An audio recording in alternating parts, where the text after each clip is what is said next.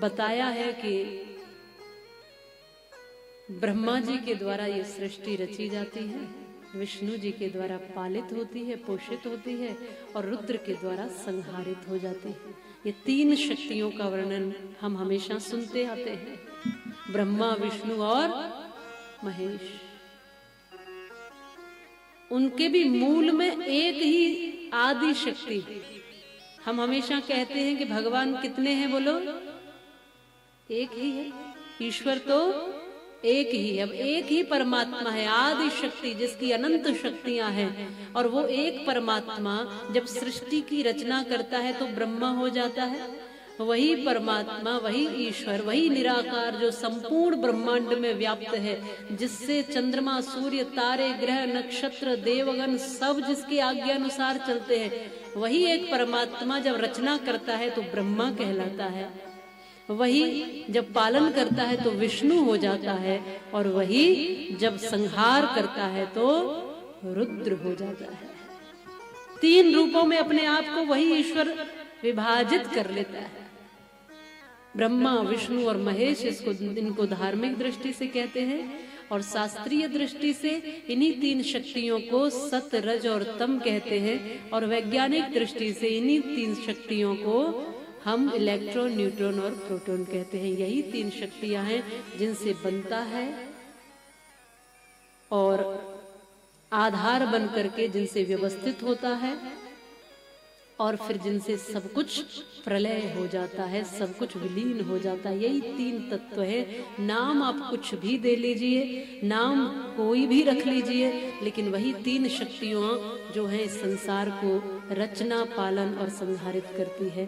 फिर उनमें से ही जब जब जैसी जैसी शक्तियों की आवश्यकता है वैसी अनंत शक्तियां विभाजित होकर के फिर इस संसार को चलाती है, हमारे जीवन को भी पोषित करती है। हमारे भीतर भी तमाम शक्तियां हैं, प्राण शक्ति, ऊर्जा शक्ति, तमाम शक्तियां है कि नहीं है?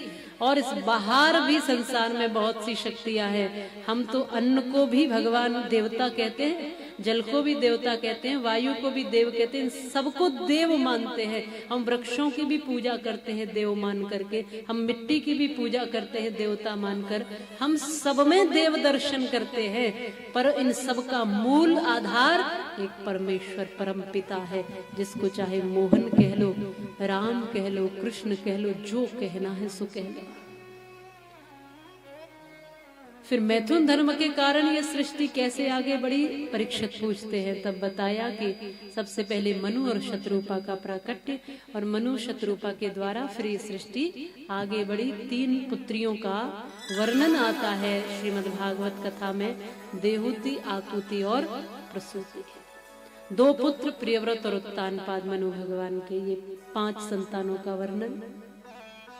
इनमें से देहूति का विवाह कर्दम ऋषि के साथ हुआ, जिनके 9 कन्याएं हुई और एक पुत्र के रूप में साक्षात कपिल भगवान हुए हैं। बोलिए कपिल भगवान की जय हो। दूसरी पुत्री है आकुति, जिनका विवाह रुचि प्रजापति के साथ हुआ, जिनके एक पुत्र और एक पुत्री है। और तीसरी पुत्री है प्रसूति, मनु भगवान की जो तीसरी पुत्री है वो है प्रसूति, जिनका विवाह दक्ष प्रजापति के साथ हुआ और 16 कन्याएं इनकी प्रकट हुई, जिनमें से सबसे छोटी कन्या है सती, जो भगवान शिव के लिए ब्याही गई है।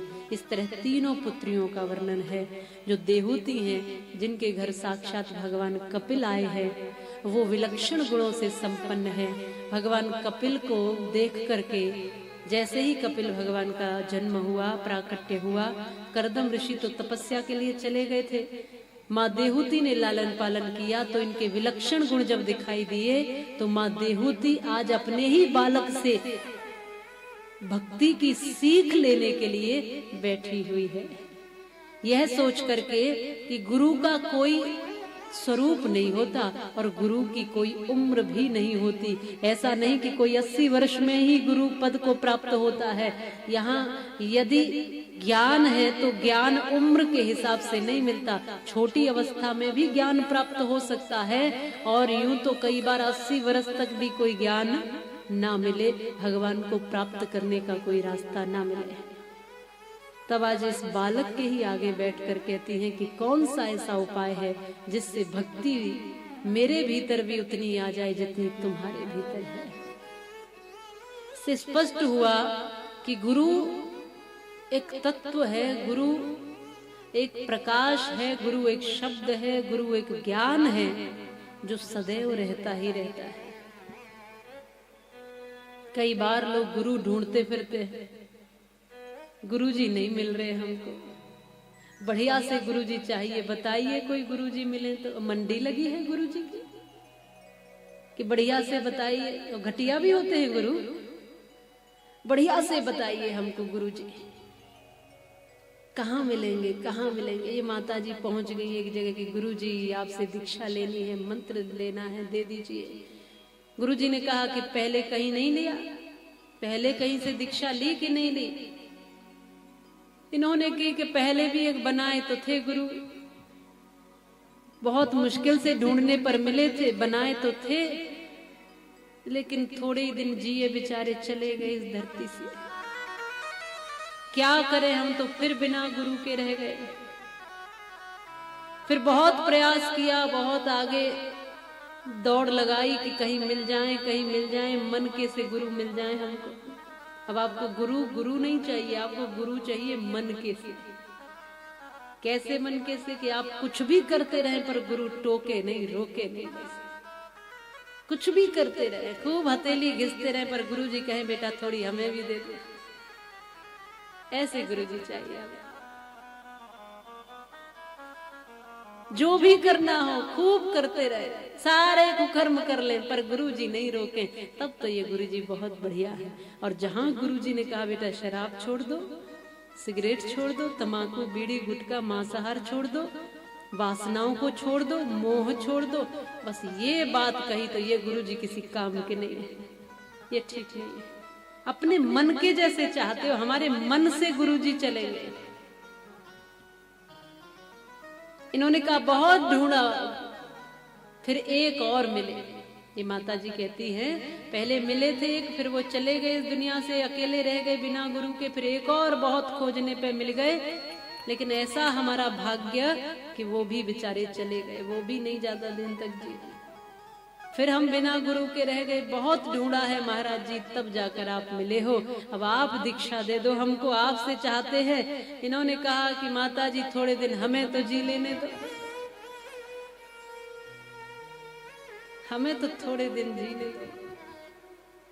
ऐसे बदल रहे हैं जैसे बर्तन बदलते हैं, कपड़े बदलते हैं, गुरु बदल रहे हैं। किस बात पर बदल रहे हैं? बोले ये रोकते टोकते हैं हमको। गुरुजी से भी भगवान मिल जाए इस भाव से नहीं जुड़ते, ये दुनिया के साधन मिल जाए इसलिए जुड़ते हैं। गुरु क्या कहते हैं वो नहीं करते, हम क्या चाहते हैं वैसा गुरुजी कर दे बस। गुरुजी आशीर्वाद देना बस, कृपा हो जाए तुम्हारी। और आशीर्वाद कैसे? गुरुजी ने, गुरुजी के यहाँ आए हैं, बढ़िया मालपुआ खाए जा रहे हैं, हाँ गुरुजी बहुत बढ़िया है। पड़े 10 दिन तक गुरुजी के पैरों में, गुरुजी को 4 बार दंडवत कर दे। गुरुजी ने कहा कि बेटा देखो बारिश हो रही है, वो गौ माता बाहर बंधी है, खूंटे से मुक्त कर दो उसको, माने उसको भीतर बांध दो, ऐसा कह रहे। अब इतने आलसी चेले खा खा के मालपुआ बस पड़े ही हैं आश्रम में, करना धरना कुछ नहीं। आजकल आश्रमों की भी स्थिति देखो, वहां भी अतिथियों की तरह जाके खाने और सोने ही जाते हैं, वहां भी कोई श्रम नहीं। जिस आश्रम में जाके श्रम ही नहीं करोगे वो आश्रम कैसा बताओ। वहां तो खुद से सेवा करना और ये देखना कि मुझे जो अवसर मिला है मैं क्या कर सकता हूँ इसमें। वहां केवल मालपुआ खाने के लिए गए। अब गुरुजी के आश्रम में खा खा के पड़े हुए, गुरुजी ने कहा बेटा बारिश है, गौ माता को मुक्त करो। अब शब्द ऐसे ही थे। अब ये आलसी जाना नहीं चाहते, ये कहते गुरुजी हम तो खुद ही बंधन में हैं, हम क्या किसी को मुक्त कर सकते हैं। मुक्त करना तो आपका काम है, आप मुक्त करते हैं। माने ये कहना चाह रहे कि आप जाइए और खुद ही खूंटा से खोल करके बांध के आ जाइए। तो वही सब आज वैसी स्थिति दिखती बहुत कम है। गुरु तत्व तो है, लेकिन हम कहीं ना कहीं शिष्य नहीं बन पा रहे, हम कहीं ना कहीं वो नहीं बन पा रहे हैं जिसमें पात्रता हो। इसलिए हमें गुरु नहीं ढूंढना है, हमें अपने आप को पात्र बनाना है।